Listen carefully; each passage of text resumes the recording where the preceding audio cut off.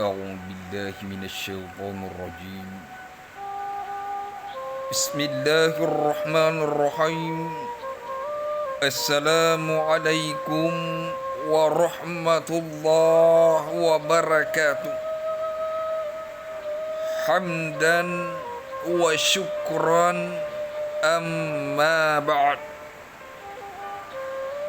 Kaum muslimin yang dirahmati oleh Allah Subhanahu wa ta'ala, setiap manusia yang ada di alam semesta ini Allah ciptakan mereka dengan perantara kedua orang tua. Orang tua kita berjuang sejak kita dikandung. Orang tua kita berjuang sampai kita dilahirkan.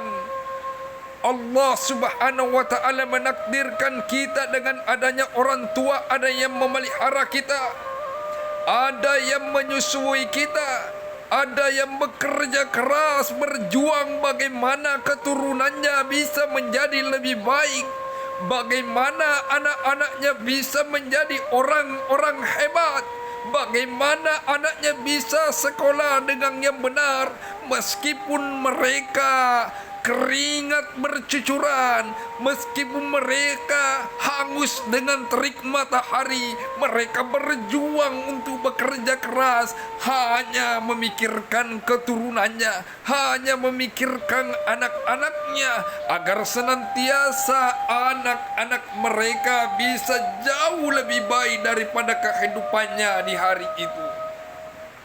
Ingatkah kita di masa-masa kecil kita dibahagiakan oleh orang-orang tua kita? Ingatkah kita ketika kita masih kecil, orang tua kita berusaha keras bagaimana anak-anaknya bisa tersenyum, bisa tertawa, sehingga kita mampu sekolah dengan benar, mampu kita mendapatkan pendidikan yang hebat, mampu kita hidup dengan bahagia. Akan tetapi betapa banyak orang-orang ketika sudah menganjak kepada kehidupan dewasa, mereka lupa kepada kedua orang tuanya karena sudah memiliki harta yang berlimpah. Betapa banyak orang-orang yang ingkar dengan nikmat Allah ketika mereka sudah dewasa, sudah besar, sudah memiliki kekuasaan, sudah memiliki pangkat, mereka menginjak-injak orang tuanya, memiliki kendaraan mobil, menengok pun tak mau, berhenti pun tak mau untuk mengangkut kedua orang tuanya. Kesombongan semakin memuncak karena harta yang mereka miliki, karena jabatan yang mereka miliki, sehingga mereka lupa bagaimana perjuangan orang-orang tuanya di masa lampau. Kaum muslimin yang dirahmati Allah Subhanahu wa ta'ala, lupakah kita bahwa Allah menciptakan kita penuh dengan perintah, penuh dengan amanah? Allah memerintahkan kita bagaimana kita menyembah kepada Allah, menyembah kepadanya, sujud kepadanya, dan tidak mempersekutukannya dengan makhluk-makhluk yang Allah ciptakan. Setelah Allah memerintahkan kita untuk sujud menyembah kepadanya, Allah telah melanjutkan ayatnya bagaimana manusia itu berbakti kepada kedua orang tuanya.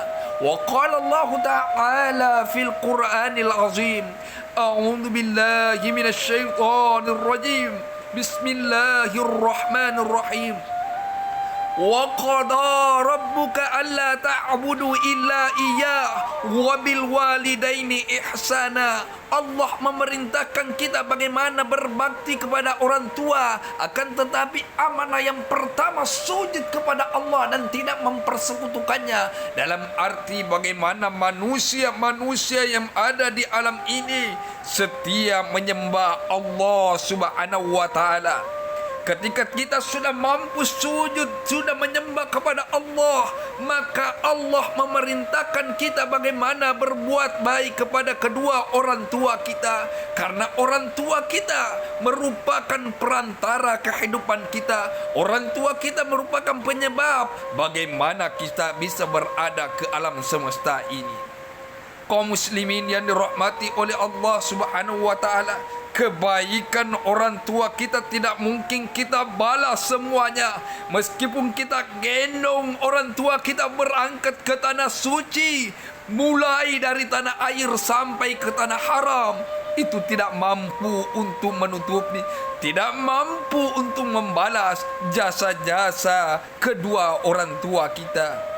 Selagi orang tua kita masih ada di alam semesta ini, kita berbakti, bahagiakan keduanya, buat mereka menjadi orang-orang yang tersenyum, bergembira. Jangan membuat mereka meneteskan air mata karena penderitaan. Dan saudara-saudara sekalian, yang orang tuanya sudah mendahului untuk menghadap kepada Allah Subhanahu wa taala, kirimkanlah doa-doa kepada mereka, karena anak-anak keturunan yang Allah ciptakan ke alam semesta ini akan diijabah oleh Allah doa-doa mereka untuk kedua orang tuanya. Kaum muslimin yang dirahmati oleh Allah Subhanahu wa taala, mudah-mudahan Allah menjadikan kita orang-orang yang berbakti kepada kedua orang tua kita, dan mudah-mudahan orang-orang tua kita menjadi orang-orang yang selamat dan menjadi orang yang bahagia dan dimasukkan ke dalam surganya Allah dikala mereka menghadap kepada Allah Subhanahu wa taala. Kita doakan mereka dengan doa bagaimana mereka mendapatkan kebahagiaan.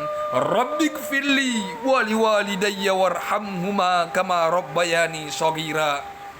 Cukup sekian. Hadanallahu wa iyyakum ajma'in. Assalamu alaikum warahmatullahi wabarakatuh.